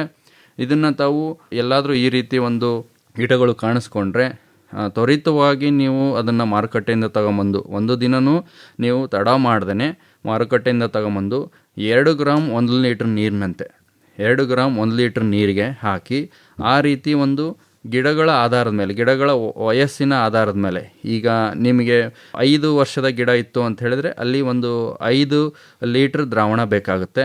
10 ವರ್ಷ ಅಂತ ಹೇಳಿದ್ರೆ 10 ಲೀಟ್ರ್ ದ್ರಾವಣ ಬೇಕಾಗುತ್ತೆ. ಈ ರೀತಿ ನೀವು ದ್ರಾವಣವನ್ನು ತಯಾರು ಮಾಡಿಕೊಂಡು ನಾನು ಆವಾಗಲೇ ಯಾವ ರೀತಿ ಹೇಳಿದೆ ಇದನ್ನು ಉಪಚಾರ ಮಾಡೋದು. ಮೊದಲು ಪಾತಿಯನ್ನು ಮಾಡಬೇಕು, ಅದಾದ ನಂತರ ಈ ದ್ರಾವಣವನ್ನು ಮೇಲ್ಗಡೆಯಿಂದ ಕಟಾವು ಮಾಡಿ ಗಿಡಕ್ಕೆ ರೋಗ ಬಂದಿರತಕ್ಕಂಥ ಗಿಡವನ್ನು ರೊಂಬೆಗಳನ್ನು ಕಟಾವು ಮಾಡಿ ಸುರಿಬೇಕು. ಸುರಿದಾದ ನಂತರ ನೀವು 8 ದಿನಗಳ ನಂತರ ಮತ್ತೊಂದು ಬಾರಿ ತೀವ್ರತೆ ಇದ್ದರೆ, ಈ ರೋಗದ ತೀವ್ರತೆ ಹೆಚ್ಚಿದ್ದರೆ 8 ದಿನಗಳ ನಂತರ ಮತ್ತೊಮ್ಮೆ ನೀವು ಈ ಒಂದು ಉಪಚಾರವನ್ನು ಮಾಡ್ಬೋದು. ಅದಾದ ಮೇಲೆ ಮತ್ತೆ ನಾವು ಜೈವಿಕ ವಿಧಾನ ಅಂತ ಹೇಳ್ತೀವಿ. ಜೈವಿಕ ವಿಧಾನ ಅಂತ ಹೇಳಿದ್ರೆ ಇಲ್ಲಿ ನಮಗೆ ಮಾರುಕಟ್ಟೆನಲ್ಲಿ ಟ್ರೈಕೋಡರ್ಮಾ ಹರ್ಜಿಯಾನಮ್ ಅಂತಲೂ ಸಿಗುತ್ತೆ, ಅಥವಾ ನಾವು ಇತ್ತೀಚೆಗೆ ಮಿಸ್ಟರ್ ಪ್ರೋ ಅಂತಕ್ಕಂಥ ಪ್ರಾಡಕ್ಟನ್ನು CSRT ಮೈಸೂರಿನಿಂದ ಹೊರತಂದಿದ್ದೀವಿ. ಅದರದ್ದು ಹೆಸರು ಏನಂತ ಹೇಳಿದ್ರೆ ಮಲ್ಬೆರಿ ರೂಟ್ ಪ್ರೊಟೆಕ್ಟರ್. ಅದು ಮಿಸ್ಟರ್ ಪ್ರೋ ಅಂತಕ್ಕಂಥ ಒಂದು ಜೈವಿಕ ಉತ್ಪನ್ನ ಆಗಿರ್ತದೆ. ಇದು ಕೂಡ ಮಾರುಕಟ್ಟೆಯಲ್ಲಿ ಕೆಲವೇ ದಿನಗಳಲ್ಲಿ ದೊರೆಯುತ್ತೆ. ಇದನ್ನು ಕೂಡ ನಾವೇನು ಮಾಡ್ಬೋದು, ಕೊಟ್ಟಿಗೆ ಗೊಬ್ಬರದಲ್ಲಿ ಮಿಶ್ರಣ ಮಾಡಿ ಒಂದು 50 kg ಕೊಟ್ಟಿಗೆ ಗೊಬ್ಬರದಲ್ಲಿ 1 kg ಮಿಸ್ಟರ್ ಪ್ರೋ ವನ್ನು ಮಿಶ್ರಣ ಮಾಡಿ ಅದನ್ನು ಒಂದು 8 ದಿನ ನಾವು ಚೆನ್ನಾಗಿ ಸ್ವಲ್ಪ ತೇವಾಂಶವನ್ನು ಕಾಪಾಡಿಕೊಂಡು ಒಂದು ನೆರಳಿನಲ್ಲಿ ಬಿಟ್ಟರೆ, ಅಲ್ಲಿ ನಾವು ಹೇಗೆ ಹಾಲನ್ನು ಮೊಸರು ಮಾಡ್ತೀವಿ, ಸ್ವಲ್ಪ ಹೆಪ್ಪು ಹಾಕಿ ಮೊಸರು ಮಾಡ್ತೀವಿ, ಅದೇ ರೀತಿ ಇಲ್ಲಿ 1 kg ಇರ್ತಕ್ಕಂಥದ್ದನ್ನು ನಾವು 50 kg ಆಗಿ ಕೊಟ್ಟಿಗೆ ಗೊಬ್ಬರದಲ್ಲಿ ನಾವು ಇದನ್ನು ಪ್ರೊಡಕ್ಷನ್ ಮಾಡ್ಬೋದು. ಅದಾದ ನಂತರ 1 kg ನಂತೆ 1 ಗಿಡಕ್ಕೆ ಹಾಕಿ ಇದನ್ನು ಒಂದು 50 ಗಿಡಕ್ಕೆ ನಾವು ಬಂದಿರತಕ್ಕಂಥ ಗಿಡಗಳಿಗೆ ಮತ್ತು ಸುತ್ತಲೂ ಇರ್ತಕ್ಕಂಥ ಗಿಡಗಳಿಗೆ ನಾವು ಇದನ್ನು ಉಪಚಾರ ಮಾಡಿದಲ್ಲಿ ಈ ಒಂದು ರೋಗವನ್ನು ಸಮಗ್ರವಾಗಿ ನಾವು ನಿರ್ವಹಣೆ ಮಾಡ್ಬೋದು. ಅದಾದ ನಂತರ ಯಾರಾದರೂ ಈಗ ಬೇರುಕೊಳೆ ರೋಗ ಇದೆ, ಎಷ್ಟು ಹತೋಟಿ ಮಾಡಿದ್ರೂ ಹೋಗ್ತಾ ಇಲ್ಲ ಅಂಥ ಒಂದು ಜಾಗದಲ್ಲಿ, ನಾನು ಈಗ ಆಲ್ರೆಡಿ ನನ್ನ ತೋಟ ಭಾಳ ವಯಸ್ಸಾಗ್ಬಿಟ್ಟಿತ್ತು, ಈಗ ಉತ್ಪಾದನೆ ಕಡಿಮೆ ಆಗಿದೆ, ನಾನು ಅದನ್ನು ತೆಗೆದುಬಿಟ್ಟು ಹೊಸದಾಗಿ ಹಾಕ್ತೀನಿ ಅಂತ ಇದ್ದರೆ, ಇದರ ಸ್ವಲ್ಪ ಒಂದು ರೋಗವನ್ನು ತಡ್ಕೊಳ್ಳೋ ಅಂಥ ಶಕ್ತಿ ಇರ್ತಕ್ಕಂಥ ಒಂದು ವೆರೈಟಿ ಅಂತ ಹೇಳಿದ್ರೆ ಅದು ಹಿಪ್ಪುನೇರಳೆ ತಳಿಯಲ್ಲಿ G4 ಅಂತಕ್ಕಂಥದ್ದು. G4 ಅಂತಕ್ಕಂಥ ತಳಿ ಹೆಚ್ಚಿನ ಒಂದು ರೋಗವನ್ನು ಇದನ್ನು ತಡ್ಕೊಳ್ಳುತ್ತೆ. ಇದನ್ನು ನಾವು ಪ್ಲಾಂಟೇಶನ್ ಮಾಡ್ಬೋದು, ಈ ವೆರೈಟಿನ ಆಯ್ಕೆ ಮಾಡ್ಕೋಬೋದು. ಆಯ್ಕೆ ಮಾಡೋಕ್ಕಿಂತ ಮುಂಚೆ ನಾವು ಮಣ್ಣಿನ ಸೌರೀಕರಣ ಅಂತೀವಿ, ಅದು ಭೌತಿಕ ವಿಧಾನ, ಅಂದರೆ ಸಾಯಿಲ್ ಸೊಲರೈಜೇಷನ್ ಅಂತೀವಿ. ಅಂದರೆ ಈ ಒಂದು ಏಪ್ರಿಲ್ ಮೇ ತಿಂಗಳಲ್ಲಿ ಹೆಚ್ಚಿನ ತಾಪಮಾನಕ್ಕೆ ಆಳವಾಗಿ ಉಳುಮೆ ಮಾಡಿ ಭೂಮಿಯನ್ನು ನಾವು ಓಪನ್ ಮಾಡಿಬಿಟ್ಟಾಗ ಏನಾಗುತ್ತೆ ಅಂತ ಹೇಳಿದ್ರೆ ಅಲ್ಲಿರ್ತಕ್ಕಂಥ ರೋಗಕಾರಕಗಳು, ಅಲ್ಲಿರ್ತಕ್ಕಂಥ ಕೀಟಗಳು ಎಲ್ಲ ನಾವು ಸ್ವಲ್ಪ ಮಟ್ಟಿಗೆ ನಿಯಂತ್ರಣ ಮಾಡ್ಬೋದು. ಅದಕ್ಕಿಂತ ಒಂದು ಪ್ಲಾಸ್ಟಿಕ್ ಮಲ್ಚಿಂಗ್ ಅಂತ ಹೇಳ್ತೀವಿ ನಾವು, 0.04 ಮತ್ತು 0.06 ಥಿಕ್ನೆಸ್ ಇರ್ತಕ್ಕಂಥ, ಅಷ್ಟು ದಪ್ಪ ಇರ್ತಕ್ಕಂಥ ಟ್ರಾನ್ಸ್ಪರೆಂಟ್ ಪ್ಲಾಸ್ಟಿಕ್ ಮಲ್ಚಿಂಗ್ ಶೀಟನ್ನು ನಾವು ಇಡೀ ಭೂಮಿಗೆ ಆಳವಾಗಿ ಉಳುಮೆ ಮಾಡಿದ ನಂತರ ಇಡೀ ಭೂಮಿಗೆ ನಾವು ಮುಚ್ಚಿ ಅದನ್ನು ಎಲ್ಲ ಸೈಡುಗಳ ಬದುಗಳ ಅಂಚುಗಳನ್ನು ನೀಟಾಗಿ ಅದನ್ನು ಕವರ್ ಮಾಡಿ ಅದನ್ನು ನಾವು ಒಂದು 15 ದಿನ ಅಥವಾ 20 ದಿನ ಬಿಟ್ಟಾಗ ಅಲ್ಲಿರ್ತಕ್ಕಂತಹ ರೋಗಕಾರಕಗಳಿರ್ಬೋದು, ಅಥವಾ ಈ ನೆಮಟೋಡ್ಗಳಿರ್ಬೋದು, ಅಥವಾ ಈ ಕಳೆಗಳ ಒಂದು ಬೀಜಗಳಿರ್ಬೋದು, ಅವುಗಳನ್ನೆಲ್ಲ ನಾವು ನಿಯಂತ್ರಣ ಮಾಡ್ಬೋದು. ಇದನ್ನು ನಾವು ಸಾಯಿಲ್ ಸೊಲರೈಜೇಷನ್ ಅಥವಾ ಮಣ್ಣಿನ ಸೌರೀಕರಣ ಅಂತ ಹೇಳ್ತೀವಿ. ಈ ರೀತಿಯಾಗಿ ಕೂಡ ನಾವು ಈ ಒಂದು ರೋಗಗಳನ್ನು ನಿರ್ವಹಣೆ ಮಾಡ್ಬೋದು. ಅದಾದ ನಂತರ ರಾಟ್ಫಿಕ್ಸ್ ತಯಾರಕರು ಅಂತ ಹೇಳಿದ್ರೆ ಈಗಾಗಲೇ ಕಾವೇರಿ ಆಗ್ರೋ ಪ್ರಾಡಕ್ಟ್ ಮೈಸೂರಿನಲ್ಲಿ ಉತ್ಪನ್ನವನ್ನು ನಾವು ಅವರಿಗೆ ಕಮರ್ಷಿಯಲೈಸ್ ಮಾಡಿದ್ದೀವಿ. ಅವರು ಕೂಡ ಈ ಒಂದು ಉತ್ಪನ್ನವನ್ನು ತಯಾರು ಮಾಡಿ ಮಾರುಕಟ್ಟೆ ಮಾಡ್ತಾಯಿದ್ದಾರೆ. ಬೆಂಗಳೂರಿನಲ್ಲಿ ಆದರೆ ಕಾಮತ್ ಕ್ಲೋರೆಟೆಕ್, ಆಂಧ್ರದಲ್ಲಿ ಅಂತ ಹೇಳಿದ್ರೆ ಒಬ್ಬರು ರೈನ್ಬೋ ಅಂತಕ್ಕಂಥವರು ತಗೊಂಡಿದ್ದಾರೆ ಇದನ್ನು. ಅವರು ಈ ಒಂದು ಉತ್ಪನ್ನವನ್ನು ಉತ್ಪಾದನೆ ಮಾಡಿ ಮಾರುಕಟ್ಟೆಯಲ್ಲಿ ಮಾರ್ತಾಯಿದ್ದಾರೆ. ಅದಾದಮೇಲೆ ಈ ಒಂದು ಮಿಸ್ಟರ್ ಪ್ರೋ ಅಂತ ಹೇಳಿದ್ರೆ ಇದನ್ನು ಕೂಡ ರೈನ್ಬೋ ಆಗ್ರೋವೆಟ್ ಕಡಪ ಆಂಧ್ರ ಪ್ರದೇಶ್, ಇವರು ಕೂಡ ಇದನ್ನು ತಗೊಂಡು ಉತ್ಪನ್ನವನ್ನು ಉತ್ಪಾದನೆ ಮಾಡಿ ಮಾರುಕಟ್ಟೆಗೆ ಬಿಡುಗಡೆ ಮಾಡ್ತಾರೆ. ಅವ್ರ ಹತ್ರ ನೀವು ಸಂಪರ್ಕ ಮಾಡಿದ್ದಲ್ಲಿ ಈ ಒಂದು ನಮ್ಮ CSRT ಮೈಸೂರಿನಿಂದ ಅಭಿವೃದ್ಧಿಪಡಿಸಿರ್ತಕ್ಕಂಥ ಉತ್ಪನ್ನಗಳನ್ನು ಪಡೆದು ಈ ರೋಗವನ್ನು ನಿಯಂತ್ರಣ ಮಾಡ್ಬೋದು. ಇದು ಬೇರುಕೊಳೆ ರೋಗವನ್ನು ಯಾವ ರೀತಿ ನಿರ್ವಹಣೆ ಮಾಡಬೇಕು ಅಂತಕ್ಕಂಥದ್ದು. ಬೇರುಗಂಟು ರೋಗದ ಬಗ್ಗೆ ಈಗ ನಾವು ಬೇರುಗಂಟು ರೋಗದ ಬಗ್ಗೆ ತಿಳ್ಕೊಳ್ಳೋಣ. ಬೇರುಗಂಟು ರೋಗ ಅಂತ ಹೇಳಿದ್ರೆ ಇದು ಒಂದು ನೆಮಟೋಡ್ನಿಂದ ಬರ್ತಕ್ಕಂಥದ್ದು. ನೆಮಟೋಡಿನಲ್ಲಿ ಹಲವಾರು ವಿಧಗಳಿದ್ದಾವೆ. ಇದರಲ್ಲಿ ಮೆಲಡೋಗೈನೆ ಇಂಕಾಗ್ನೇಟ ಅಂತಕ್ಕಂಥ ಜಂತುನಿಂದ ಬರ್ತಕ್ಕಂಥ ಒಂದು ರೋಗ. ಇಲ್ಲಿ ಬೇರು ಕೊಳೆ ರೋಗ ಮತ್ತು ಬೇರು ಗಂಟು ರೋಗ ಇವೆರಡೂ ಬರೋವಂಥ ಸಾಧ್ಯತೆಗಳು ಇರುತ್ತೆ. ಇವೆರಡೂ ಏನಾದರೂ ಬಂತು ಅಂತ ಹೇಳಿದ್ರೆ ನಿಯಂತ್ರಣ ಮಾಡೋದು ಭಾರಿ ಕಷ್ಟ. ಯಾವ ರೀತಿ ಅಂದರೆ ಹುಲಿ ಮತ್ತು ಸಿಂಹ ಎರಡೂ ದಾಳಿ ಮಾಡಿದಾಗ ಅದರಿಂದ ತಪ್ಪಿಸ್ಕೊಳ್ಳೋದು ಯಾವ ರೀತಿ ಕಷ್ಟನೋ ಹಾಗೆ ಇವೆರಡೂ ರೋಗ ಬಂದಾಗ ಒಂದೇ ಭೂಮಿನಲ್ಲಿ ಇದು ಭಾಳ ಕಷ್ಟ ಆಗುತ್ತೆ. ಹಾಗಾಗಿ ನಾವು ಯಾವ ರೀತಿ ನಿಯಂತ್ರಣ ಮಾಡಬೇಕು ಅಂತಕ್ಕಂಥದ್ದನ್ನ ಬೇರುಗಂಟು ರೋಗವನ್ನು ನಾನು ಹೇಳ್ತಾ ಹೋಗ್ತೀನಿ. ಅದಕ್ಕಿಂತ ಮುಂಚಿತವಾಗಿ ಅದು ರೋಗ ಲಕ್ಷಣಗಳು ಯಾವ ರೀತಿ ಇರುತ್ತೆ ಅನ್ನೋದ್ರ ಬಗ್ಗೆನೂ ತಮಗೆ ತಿಳಿಸ್ಕೊಡ್ತೀನಿ. ಮತ್ತು ಇದು ಎಲ್ಲಿ ಬರುತ್ತೆ? ಹೆಚ್ಚಾಗಿ ಈ ರೋಗ ಮರಳು ಮಿಶ್ರಿತ ಕೆಂಪು ಮಣ್ಣಿನಲ್ಲಿ ಜಾಸ್ತಿ ಬರುತ್ತೆ, ಒಂದನೇದು. ಎರಡನೇದು, ಎಲ್ಲೆಲ್ಲಿ ನಮಗೆ ಸಾವಯವ ಇಂಗಾಲ ಕಡಿಮೆ ಇರುತ್ತೋ ಅಲ್ಲಿ ಕೂಡ ಹೆಚ್ಚಾಗಿ ಈ ರೋಗ ಕಂಡುಬರುತ್ತೆ. ಅದಾದ ನಂತರ ಮೂರನೇದು ಎಲ್ಲಿ ಅಂತ ಹೇಳಿದ್ರೆ, ಎಲ್ಲೆಲ್ಲಿ ನಾವು ಈ ಟೊಮೊಟೊ ಅಥವಾ ಮೆಣಸಿನಕಾಯಿ, ಆಲೂಗೆಡ್ಡೆ, ತಂಬಾಕು ಬೆಳೆ ಎಲ್ಲಿ ಬೆಳೆದಿರ್ತೀವಿ ಅಲ್ಲಿ ನಾವು ಏನಾದರೂ ಹಿಪ್ಪುನೇರಳೆ ಬೆಳೆಯನ್ನು ಬೆಳೆಯೋಕ್ಕೆ ಹೋದರೆ ಅಂಥ ಜಾಗದಲ್ಲಿ ಸಾಮಾನ್ಯವಾಗಿ ಈ ರೋಗವನ್ನು ನಾವು ಕಾಣ್ಬೋದು, ಬೇರುಗಂಟು ರೋಗ. ಭೂಮಿಯ ಮೇಲ್ಭಾಗ ಲಕ್ಷಣಗಳು ಏನಂತ ಹೇಳಿದ್ರೆ, ತುದಿಯ ಎಲೆಗಳು ಅಷ್ಟೊಂದು ಹಸಿರಾಗಿರಲ್ಲ, ಬಿಳಿಸ್ಕೊಂಡಿರ್ತವೆ, ಅದನ್ನು ನಾವು ಕ್ಲೋರೋಸಿಸ್ ಅಂತೀವಿ. ಅದಾದ ನಂತರ ಅದನ್ನು ನಾವು ಒಣಗ್ತಾ ಎಲೆಯ ಅಂಚಿನಿಂದ ಅದು ಒಣಗ್ತಾ ಹೋಗುತ್ತೆ, ಅದನ್ನು ನಾವು ನೆಕ್ರೋಸಿಸ್ ಅಂತೀವಿ. ಈ ಒಂದು ಗುಣಲಕ್ಷಣಗಳನ್ನು ನಾವು ಕಾಣ್ಬೋದು. ಭೂಮಿಯ ಕೆಳಭಾಗದಲ್ಲಿ ಅಂತ ಹೇಳಿದ್ರೆ ಬೇರಿನಲ್ಲಿ ಗಂಟುಗಳನ್ನು ತಾವು ನೋಡ್ಬೋದು. ಈ ಗಂಟುಗಳು ನೀವು ಇದರಲ್ಲಿ ಕನ್ಫ್ಯೂಷನ್ ಮಾಡ್ಕೊಳ್ದೇನೆ 2 ಥರ ಇರುತ್ತೆ. ಒಂದು ರೈಜೋಬಿಯಮ್, ಅವು ಯಾವ ರೀತಿ ಇರ್ತವೆ ಅಂತ ಹೇಳಿದ್ರೆ ಬೇರಿಗೆ ಅಂಟ್ಕೊಂಡಿರ್ತವೆ, ಅವು ಸುಲಭವಾಗಿ ಬೇರ್ಪಡಿಸ್ಬೋದು. ಆದರೆ ಈ ಗಂಟುಗಳು ಸುಲಭವಾಗಿ ಬೇರ್ಪಡಿಸೋಕ್ಕಾಗೋದಿಲ್ಲ. ಇವು ನೆಮಟೋಡಿಂದ, ಜಂತು ಹುಳುವಿನಿಂದ ಮಾಡಿರ್ತಕ್ಕಂಥ ಗಂಟುಗಳು. ಇದು ಏನು ಪರಿಣಾಮ ಬೀರುತ್ತೆ? ಯಾಕೆ ಗಂಟುಗಳು ಆದರೆ ಏನಾಗುತ್ತೆ ಅಂತ ಹೇಳಿದ್ರೆ, ಹೇಗೆ ನಮ್ಮ ಒಂದು ನೀರಿನ ಟ್ಯಾಂಕ್ ಇರುತ್ತೆ ನಮ್ಮ ಮನೆಯ ಮೇಲ್ಗಡೆ, ಆ ಪೈಪ್ ಏನಾದರೂ ಕಟ್ಕೊಂಡಿದ್ರೆ ನಮಗೆ ನೆಲ್ಲಿನಲ್ಲಿ ಅಡುಗೆ ಮನೆಯಲ್ಲೋ ಅಥವಾ ಬಚ್ಚಲ ಮನೆಯಲ್ಲೋ ನೀರು ಬರೋದಿಲ್ಲ ಆ ಕಟ್ಕೊಂಡ್ರೆ. ಹಾಗೆ ಇಲ್ಲೂ ಕೂಡ ಬೇರುಗಳು ಗಂಟಾಗಿತ್ತು ಅಂತ ಹೇಳಿದ್ರೆ ಬೇರುಗಳಿಂದ ಊಟ ಮತ್ತು ನೀರು ಸರಬರಾಜು ಮೇಲ್ಗಡೆಗೆ ನಮ್ಮ ಗಿಡಕ್ಕೆ ಆಗ್ತಾ ಇರ್ತಕ್ಕಂಥದ್ದನ್ನು ತಡೆ ಹಿಡಿದ್ಬಿಡುತ್ತೆ, ಕಡಿಮೆ ಇದರಲ್ಲಿ ಸರಬರಾಜು ಮಾಡುತ್ತೆ. ಆಗ ಗಿಡದ ಒಂದು ಬೆಳವಣಿಗೆ ಕುಂಠಿತ ಆಗುತ್ತೆ. ಗಿಡ ನಿಮಗೆ ಬದುಕಿರುತ್ತೆ, ಬೇರು ಕೊಳೆ ರೋಗದ ಥರ ಸತ್ತೋಗೋದಿಲ್ಲ, ಗಿಡ ಬದುಕಿರುತ್ತೆ. ಆದರೆ ಎಲೆಗಳು ನಿಮಗೆ ಭಾಳ ಸಣ್ಣದ ಕೊತ್ತಂಬರಿ ಸೊಪ್ಪಿನ ಥರ ಎಲೆ ಇರ್ತವೆ. ಆವಾಗ ನಿಮಗೆ ಬೇಕಾಗಿರ್ತಕ್ಕಂಥ ಇಳುವರಿ ಸಿಗೋದಿಲ್ಲ.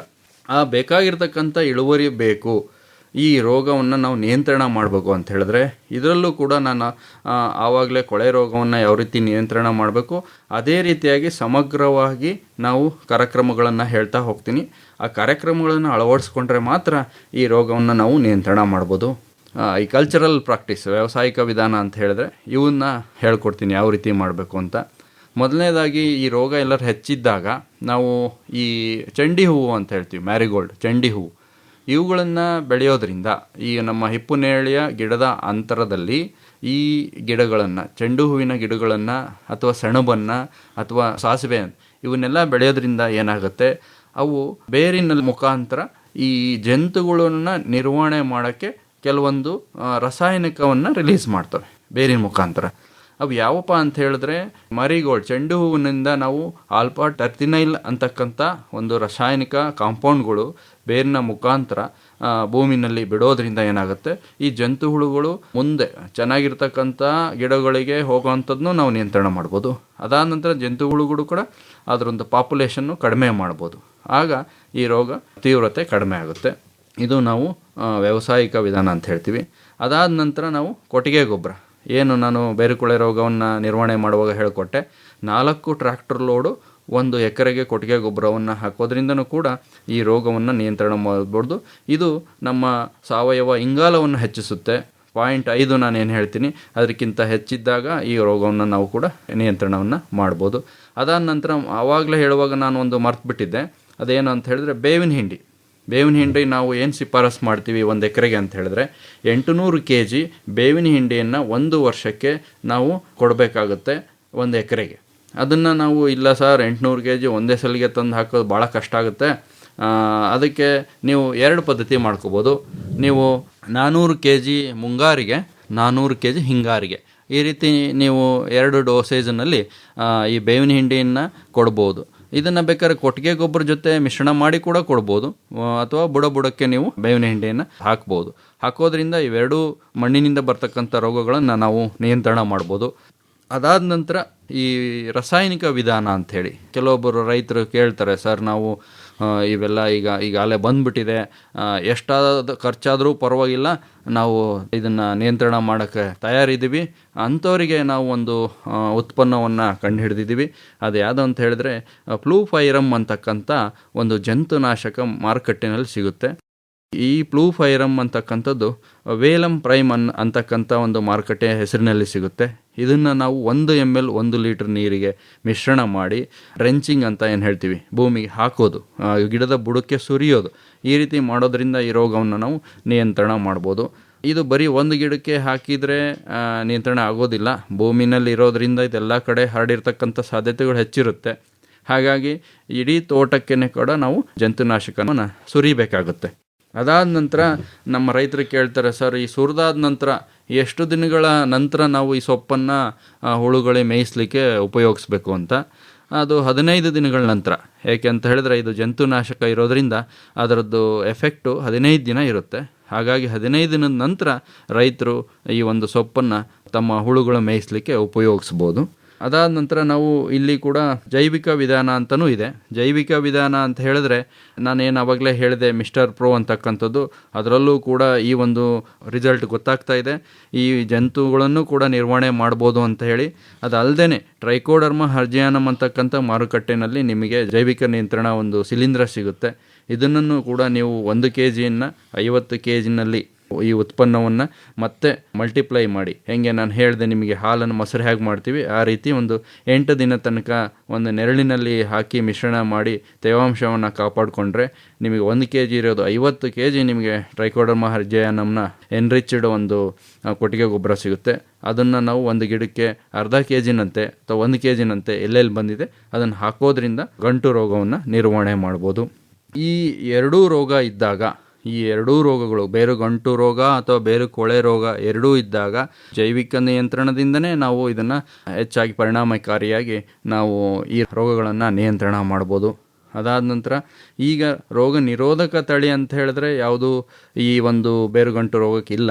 ಇದು ಬಂದರೆ ಅದನ್ನು ನಾವು ಹತೋಟಿ ಮಾಡಬೇಕು. ಬಂದರೆ ಇದನ್ನು ನಿಯಂತ್ರಣ, ಈಗ ಕ್ರಮಗಳನ್ನು ನಾನು ತಿಳಿಸಿದ ಎಲ್ಲ ಕ್ರಮಗಳನ್ನು ಅನುಸರಿಸಿದಲ್ಲಿ ಮಾತ್ರ ಈ ರೋಗಗಳನ್ನು ಸಮಗ್ರವಾಗಿ ನಾವು ನಿರ್ವಹಣೆಯನ್ನು ಮಾಡ್ಬೋದು. ಇದು ಬೇರು ಗಂಟು ರೋಗದ ಬಗ್ಗೆ ಮಾಹಿತಿ. ಡಾಕ್ಟರ್ ಅರುಣ್ ಕುಮಾರ್ ಅವರೇ, ಈಗ ನಿಮ್ಮ ಸಂಶೋಧನಾ ಸಂಸ್ಥೆಯಲ್ಲಿ ಈ ಎರಡು ರೋಗಗಳನ್ನು ಹತೋಟಿ ಮಾಡೋದಕ್ಕೆ ತಾವೇನು ಸಂಶೋಧನೆಗಳನ್ನು ಮಾಡ್ತಿರಲ್ವ? ಹೌದು ಸರ್. ಈಗ ತರಬೇತಿಗೆ ಬಂದಂತಹ ಸಂದರ್ಭದಲ್ಲಿ ಅದ್ರ ಬಗ್ಗೆನೂ ಕೂಡ ಮಾಹಿತಿಯನ್ನು ವಿವರವಾಗಿ ಹೇಳ್ತೀರಾ ರೈತರುಗಳಿಗೆ? ಹೌದು ಸರ್, ನಮಗೆ ರೈತರು ಎಲ್ಲ ಕಡೆಯಿಂದನೂ ಎಲ್ಲ ಭಾಗದಿಂದನೂ ಪ್ರತಿ ವರ್ಷ ಬರ್ತಾ ಇರ್ತಾರೆ. ನಮ್ಮ ಒಂದು ಲ್ಯಾಬ್ನಲ್ಲಿ ಬಂದಾಗ ಅವರಿಗೆ ಇದ್ರ ಬಗ್ಗೆ ಸಂಪೂರ್ಣವಾಗಿ ಚಾರ್ಟಿನ ಮುಖಾಂತರ, ಚಿತ್ರದ ಮುಖಾಂತರ ಅಥವಾ ಈ ಒಂದು ಜೀವಂತ ಡೆಮೋ ಅಂತ ಹೇಳ್ತೀವಿ, ಅವೆಲ್ಲ ಪ್ರಾಡಕ್ಟ್ಗಳನ್ನು ಡೆಮೋ ಮಾಡಿ ಕೂಡ ನಾವು ಅವರಿಗೆ ತೋರಿಸ್ತೀವಿ. ಯಾವ ರೀತಿ ಅದನ್ನು ಅನುಸರಿಸಬೇಕು, ಕ್ರಮಗಳನ್ನು ಅನುಸರಿಸಬೇಕು, ಮತ್ತು ಈ ಚಾರ್ಟ್ಗಳ ಮುಖಾಂತರನ ಅವರಿಗೆ ಯಾವ ರೀತಿ ಗುಣಲಕ್ಷಣಗಳಿರುತ್ತೆ ಇದ್ರ ಬಗ್ಗೆ ಸಂಪೂರ್ಣವಾದ ಮಾಹಿತಿನ ಕೊಟ್ಟು, ಅದಾದ ನಂತರ ಅವರಿಗೆ ಈ ಒಂದು ನಾವು ಪಾಂಪ್ಲೆಟ್ ಅಂತ ಮಾಡಿದ್ವಿ ಅವರಿಗೋಸ್ಕರ, ಒಂದು ಟೆಕ್ನಿಕಲ್ ಬುಲೆಟಿನ್ ಅಂತ ಹೇಳ್ತೀವಿ. ಇದು ಕನ್ನಡದಲ್ಲೂ ದೊರೆಯುತ್ತೆ ಮತ್ತು ಬೇರೆ ಬೇರೆ ಭಾಷೆಗಳಲ್ಲಿ, CSRT ಮೈಸೂರು ಇರೋದ್ರಿಂದ ಬೇರೆ ಬೇರೆ ಭಾಷೆಗಳಲ್ಲೂ ಕೂಡ ಈ ಒಂದು ಟೆಕ್ನಿಕಲ್ ಮಾಹಿತಿನ ನಾವು ರೈತರಿಗೆ ಬಂದಾಗ ಅವರ ಕೈಲಿ ಈ ಕೈಪಿಡಿ ಅಂತ ಹೇಳ್ತೀವಿ, ಇದನ್ನು ಎಲ್ಲರಿಗೂ ಕೊಟ್ಬಿಟ್ಟು ಇದ್ರ ಬಗ್ಗೆ ಅರಿವನ್ನು ಮೂಡಿಸಿ ಇದ್ರ ಬಗ್ಗೆ ಡೆಮಾನ್ಸ್ಟ್ರೇಷನ್ನು ಕೊಟ್ಟು ಯಾವ ರೀತಿ ನಿಯಂತ್ರಣ ಮಾಡಬೇಕು ಅನ್ನೋದ್ರ ಬಗ್ಗೆ ಸವಿಸ್ತಾರವಾದ ಮಾಹಿತಿನ ನೀಡ್ತೀವಿ ಸರ್. ತಾವು ಅಭಿವೃದ್ಧಿ ಮಾಡಿರುವಂತಹ ಉತ್ಪನ್ನಗಳು ನಿಮ್ಮಲ್ಲಿ ಮಾರಾಟ ಆಗಲ್ವಾ? ಅಂದರೆ ಅದನ್ನು ನೀವು ಬೇರೆಯವ್ರಿಗೆ ಕೊಡ್ತೀರಾ, ಅವರು ಅದನ್ನು ಉತ್ಪಾದನೆ ಮಾಡ್ತಾರೆ? ಹೌದೌದು ಸರ್, ಅದನ್ನು ನಮ್ಮಲ್ಲಿ ನಾವು ಉತ್ಪನ್ನ ಮಾಡೋದಿಲ್ಲ. ಅದನ್ನು ಬೇರೆಯವರಿಗೆ ನಾವು ಕಮರ್ಷಿಯಲೈಸ್ ಅಂತ ಕೊಟ್ಟಿರ್ತೀವಿ, ಲೈಸೆನ್ಸ್ ಫೀ ಅಂತ ನಾವು ಅವ್ರ ಹತ್ರ ತೊಗೊಂಡಿರ್ತೀವಿ. ಅವ್ರಿಗೆ ಕೊಟ್ಟಾಗ ಅವರು ಅದನ್ನು ಉತ್ಪನ್ನ ಮಾಡಿ ನಮಗೆ ಅದು ಕ್ವಾಲಿಟಿ ಕಳಿಸ್ತಾರೆ. ನಾವು ಅದರ ಕ್ವಾಲಿಟಿನ ಚೆಕ್ ಮಾಡ್ತಿರ್ತೀವಿ. ಕ್ವಾಲಿಟಿ ಪ್ರತಿ ಸಲ ಪ್ರತಿ ಬ್ಯಾಚಿಂದು ಕ್ವಾಲಿಟಿ ನೋಡಿ, ಕ್ವಾಲಿಟಿ ಇದ್ರೆ ಮಾತ್ರ ನಮ್ಮ ಸರ್ಟಿಫಿಕೇಟ್ನ ನಾವು ಅವ್ರಿಗೆ ಕೊಡ್ತೀವಿ. ಅದಾದ ನಂತರ ಅವರು ಮಾರುಕಟ್ಟೆಯಲ್ಲಿ ಅದನ್ನು ಮಾರಬಹುದು. ಅದ್ರ ಬಗ್ಗೆ ನಾನು ನನ್ನ ಟೆಕ್ನಿಕಲ್ ಬುಲೆಟಿನ್ನಲ್ಲಿ ಎಲ್ಲ ಮಾಹಿತಿ, ಅದರ ಅಡ್ರೆಸ್ ಇರ್ಬೋದು ಮತ್ತು ಅವ್ರ ಫೋನ್ ನಂಬರ್ ಇರ್ಬೋದು ಕೊಟ್ಟಿದ್ದೀನಿ. ಈ ಒಂದು ಬುಲೆಟಿನ್ಗಳು ನಮ್ಮ ಒಂದು ವೆಬ್ಸೈಟ್ನಲ್ಲೂ ಕೂಡ, CSRT ಮೈಸೂರು ವೆಬ್ಸೈಟ್ನಲ್ಲೂ ಕೂಡ ಎಲ್ಲ ಭಾಷೆಗಳಲ್ಲೂ ದೊರೆಯುತ್ತೆ. ಕನ್ನಡ, ಹಿಂದಿ, ಇಂಗ್ಲೀಷು ಈ ರೀತಿ ಭಾಷೆಗಳಲ್ಲಿ ಅದು ದೊರೆಯುತ್ತೆ. ನಮ್ಮ ಭಾಗದಲ್ಲೂ ನೀವು ಹೇಳಿದಂತಹ ಎರಡು ಕಾಯಿಲೆಗಳಿದಾವ ಹಿಪ್ನೇರಳೆಗೆ? ಹೌದು ಸರ್, ನಮ್ಮ ಭಾಗದಲ್ಲೂ ಕೂಡ ಈ ರಾಮನಗರ ನಮ್ಮ ಟ್ರೆಡಿಷನಲ್ ಏನು ನಾವು ಹಿಪ್ಪುನೇರಳೆ ಬೆಳೆ ಇರುತ್ತೆ ಆ ಜಾಗದಲ್ಲಿ ಹೆಚ್ಚು ನಾವು ಎರಡೂ ಕಾಣಬಹುದು. ರಾಮನಗರ ಏರಿಯಾದಲ್ಲಿ ಮೈಸೂರು ಮಂಡ್ಯ ಚಾಮರಾಜನಗರದಲ್ಲಿ ಬೇರು ಕೊಳೆ ರೋಗ ಹೆಚ್ಚಾಗಿರುತ್ತೆ. ಕೊಳೆ ರೋಗ ರಾಮನಗರದಲ್ಲಿ ಎರಡೂ ಬೇರು ಗಂಟು ರೋಗನೂ ಇರುತ್ತೆ, ಬೇರು ಕೊಳೆ ರೋಗನೂ ಇರುತ್ತೆ. ರಾಮನಗರದಲ್ಲಿ ಸ್ವಲ್ಪ ನಮಗೆ ಅದೇ ಎರಡೂ ಇರೋದ್ರಿಂದ ನಿಯಂತ್ರಣ ಮಾಡೋದು ಕಷ್ಟ. ಹಾಗಾಗಿ ನಾವು ಜೈವಿಕ ನಿಯಂತ್ರಣವನ್ನು ಇಲ್ಲದೆ ಇರಲಿ ಅವನ್ನ ಉಪಯೋಗಿಸೋದ್ರಿಂದ ಎಲ್ಲ ರೀತಿಯಲ್ಲೂ ಕೂಡ ಅನುಕೂಲವಾಗುತ್ತೆ. ಅನುಮಾನ ಏನಾದ್ರು ಬಂದರೆ ಅವರು ಆ ಗಿಡದ ಬೇರಿನ ಸ್ಯಾಂಪಲ್ ಅಥವಾ ಇಡೀ ಗಿಡನೇ ಕಿತ್ಕೊಂಡ್ಬಂದು ತಮ್ಮ ಹತ್ರಕ್ಕೆ ಬಂದು ಪರೀಕ್ಷೆ ಮಾಡಿಸ್ಕೋಬೋದಾ? ಹೌದೌದು ಸರ್, ನಮಗೆ ಸಾಕಷ್ಟು ರೈತರು ಒಂದ್ಸಲ ನಾವೆಲ್ಲ ಹೇಳ್ತೀವಿ, ಫೋನಿನ ಮುಖಾಂತರನೇ ನಮ್ಮನ್ನು ಅವರು ಸಂಪರ್ಕ ಮಾಡ್ತಾರೆ, ಎಲ್ಲ ಮಾಹಿತಿನ ಕೊಡ್ತೀವಿ. ಆದ್ರೂ ಕೂಡ ಕೆಲವೊಬ್ರು ಇಲ್ಲಿ ಮಾರುಕಟ್ಟೆಗೆ ಬಂದಾಗ ನಮ್ಮ ಹತ್ರಕ್ಕೆ ಸ್ಯಾಂಪಲ್ ತೊಗೊಂಬರ್ತಾರೆ. ಅದನ್ನು ನಾವೇನು ಮಾಡ್ತೀವಿ, ಸ್ಯಾಂಪಲ್ನಲ್ಲಿ ಯಾವ ಒಂದು ಶಿಲೀಂಧ್ರ ಇದೆ ಅಂತಕ್ಕದ್ದನ್ನು ಪರೀಕ್ಷೆ ಮಾಡಿ ಅದರಲ್ಲಿ ನಾವು ಹೇಳಿರ್ತಕ್ಕಂಥ ಪದ್ಧತಿನಲ್ಲಿ ಹತೋಟಿ ಆಗಿಲ್ಲ ಅಂದರೆ ಬೇರೆ ಯಾವುದಾದ್ರೂ ಬಂತು ಅಂದರೆ ಅದು ಯಾವ ಒಂದು ರಾಸಾಯನಿಕ ಶಿಲೀಂಧ್ರನಾಶಕಕ್ಕೆ ಹತೋಟಿಗೆ ಬರುತ್ತೆ ಅನ್ನೋದನ್ನು ಕಂಡುಹಿಡಿದು ಇಂಡಿವಿಜುವಲ್ ಒಬ್ಬೊಬ್ಬ ರೈತರಿಗೂ ಕೂಡ ನಾವು ಈ ರೀತಿ ಆಗಿರ್ತಕ್ಕಂಥ ಮಾಹಿತಿಯನ್ನು ನೀಡ್ತೀವಿ ಸರ್. ಹೆಚ್ಚಿನ ಮಾಹಿತಿಗೆ ನಮ್ಮ ಕೇಳುಗರು ನಿಮ್ಮನ್ನೇ ನೇರವಾಗಿ ಸಂಪರ್ಕ ಮಾಡಬೇಕು ಅನ್ನೋದಾದರೆ ಸಂಪರ್ಕಕ್ಕಾಗಿ ತಮ್ಮ ಮೊಬೈಲ್ ಸಂಖ್ಯೆ ಏನು ಡಾಕ್ಟರ್ ಅರುಣ್ ಕುಮಾರ್ ಅವರೇ? ನನ್ನ ನೆಚ್ಚಿನ ರೈತ ಬಾಂಧವರೇ, ನಿಮಗೆ ಹೆಚ್ಚಿನ ಮಾಹಿತಿ ಬೇಕಾದಲ್ಲಿ ನನ್ನನ್ನು ನೀವು ನೇರವಾಗಿ ಸಂಪರ್ಕಿಸ್ಬೋದು. ನನ್ನ ಮೊಬೈಲ್ನ ಸಂಖ್ಯೆ 9164148616. ಇನ್ನೊಮ್ಮೆ ಹೇಳ್ತೀರಾ? 9164148616. ಇನ್ನೂ ಒಂದು ಸರಿ ಹೇಳ್ಬಿಡಿ. 9164148616. ಒಳ್ಳೆಯದು ಡಾಕ್ಟರ್ ಅರುಣ್ ಕುಮಾರ್ ಅವರೇ. ಇದುವರೆಗೂ ಹಿಪ್ಪುನೇರಳೆ ಬೇರಿನ ರೋಗಗಳಿಗೆ ಸಂಬಂಧಪಟ್ಟಂತೆ ಅವುಗಳ ಸಮಗ್ರ ನಿರ್ವಹಣಾ ವಿಚಾರಗಳನ್ನು ಬಹಳ ಸೊಗಸಾಗಿ ಹಂಚಿಕೊಂಡಿದ್ದೀರಿ. ವಂದನೆಗಳು. ನಮಸ್ಕಾರ. ನಮಸ್ಕಾರ ಸರ್. ಸಂಶೋಧನಾ ಸಂಸ್ಥೆಯ ಸಹಕಾರ ಕೃಷಿಕರ ಪಾಲಿಗೆ ಭರಪೂರ. ಹಸಿರು ಹೊನ್ನಿದು ಮಣ್ಣಲ್ಲಿ ಬೆಳೆಯುವ ಬಂಗಾರ. ಉಡಿಗೆ ತೊಡಿಗೆಗೆ ಸಂಪ್ರದಾಯದ ಶೃಂಗಾರ. ಮೈಸೂರಿನ ಕೇಂದ್ರ ರೇಷ್ಮೆ ಸಂಶೋಧನೆ ಹಾಗೂ ತರಬೇತಿ ಸಂಸ್ಥೆಯ ವಿಜ್ಞಾನಿ ಡಾಕ್ಟರ್ ಜಿಎಸ್ ಅರುಣ್ ಕುಮಾರ್ ಅವರೊಂದಿಗೆ ಹಿಪ್ಪುನೇರಳೆ ಬೇರಿನ ರೋಗಗಳು ಹಾಗೂ ನಿಯಂತ್ರಣ ಕ್ರಮಗಳನ್ನು ಕುರಿತ ಸಂದರ್ಶನವನ್ನು ಕೇಳಿದಿರಿ. ನಮ್ಮ ಮುಂದಿನ ಕಾರ್ಯಕ್ರಮದಲ್ಲಿ ಹಿಪ್ಪುನೇರಳೆ ಗಿಡದ ಸಮಗ್ರ ಪೀಡೆ ನಿರ್ವಹಣೆಯನ್ನು ಕುರಿತು ಮೈಸೂರಿನ ಕೇಂದ್ರ ರೇಷ್ಮೆ ಸಂಶೋಧನೆ ಹಾಗೂ ತರಬೇತಿ ಸಂಸ್ಥೆಯ ವಿಜ್ಞಾನಿ ಡಾಕ್ಟರ್ ಎಸ್ ಬಾಲಸರಸ್ವತಿ ಅವರೊಂದಿಗೆ ಸಂದರ್ಶನವಿದೆ. ಮತ್ತೆ ಮುಂದಿನ ಕಾರ್ಯಕ್ರಮದಲ್ಲಿ ಭೇಟಿಯಾಗೋಣ. ನಮಸ್ಕಾರ. ರೇಷ್ಮೆ ಐಸಿರಿ ರೇಷ್ಮೆ ಕೃಷಿ ತಾಂತ್ರಿಕತೆಗಳನ್ನು ಕುರಿತ ಬಾನುಲಿ ಸರಣಿ ಕೇಳಿದಿರಿ. ಹಿಪ್ಪುನೇರಳೆ ಸೊಪ್ಪನ್ನು ತಿಂದು ಹೊನ್ನದಾರದ ಗೂಡನ್ನು ನೇಯ್ದು ರೈತನ ಆದಾಯ ಸುಸ್ಥಿರ ಮಾಡುವ ಕೌತುಕ ಬೆಳೆಯ ರೇಷ್ಮೆ ಐಸಿರಿ. ಸಹಯೋಗ ಮೈಸೂರಿನ ಕೇಂದ್ರ ರೇಷ್ಮೆ ಸಂಶೋಧನೆ ಹಾಗೂ ತರಬೇತಿ ಸಂಸ್ಥೆ. ಶೋಧನಾ ಸಂಸ್ಥೆಯ ಸಹಕಾರ ಕೃಷಿಕರ ಪಾಲಿಗೆ ಭರಪೂರ. ಹಸಿರು ಹೊನ್ನಿದು ಮಣ್ಣಲ್ಲಿ ಬೆಳೆಯುವ ಬಂಗಾರ. ಉಡಿಗೆ ತೊಡಿಗೆಗೆ ಸಂಪ್ರದಾಯದ ಶೃಂಗಾರ. ಶೀರ್ಷಿಕ ಗೀತೆ ರಚನೆ ಡಾಕ್ಟರ್ ಆರ್ ಭಾಗ್ಯ ಹಾಗೂ ರಮೇಶ್ ಪಿ ರಂಗಸಮುದ್ರ. ರಾಗ ಸಂಯೋಜನೆ ಹಾಗೂ ಗಾಯನ ಜಿ ಪುಷ್ಪಲತಾ. ಮಾಡಿರಿ ರೇಷ್ಮೆ ಬೇಸಾಯ, ಬದುಕಿಗೆ ಮಾಸಿಕ ಆದಾಯ. ದುಡಿಯುವ ಕೈಗೆ ಉದ್ಯೋಗ, ಇಲಾಖೆಯ ಬಗೆ ಬಗೆ ಅನುದಾನ. ಸಂಕಲನ ಆರ್ ಲೋಕೇಶ್ವರಿ. ರೇಷ್ಮೆ ಐಸಿರಿ ಬೆಳೆಯಲು ಕೃಷಿಕರ ಪಾಲಿಗೆ ಸಿರಿಸಿರಿ. ಪರಿಕಲ್ಪನೆ ಹಾಗೂ ನಿರ್ಮಾಣ ಎನ್ ಕೇಶವಮೂರ್ತಿ. ಕೃಷಿಕರ ಪಾಲಿಗೆ ಸಿರಿಸಿರಿ. ರೇಷ್ಮೆ ಐಸಿರಿ ಬೆಳೆಯಲು ಕೃಷಿಕರ ಪಾಲಿಗೆ ಸಿರಿ.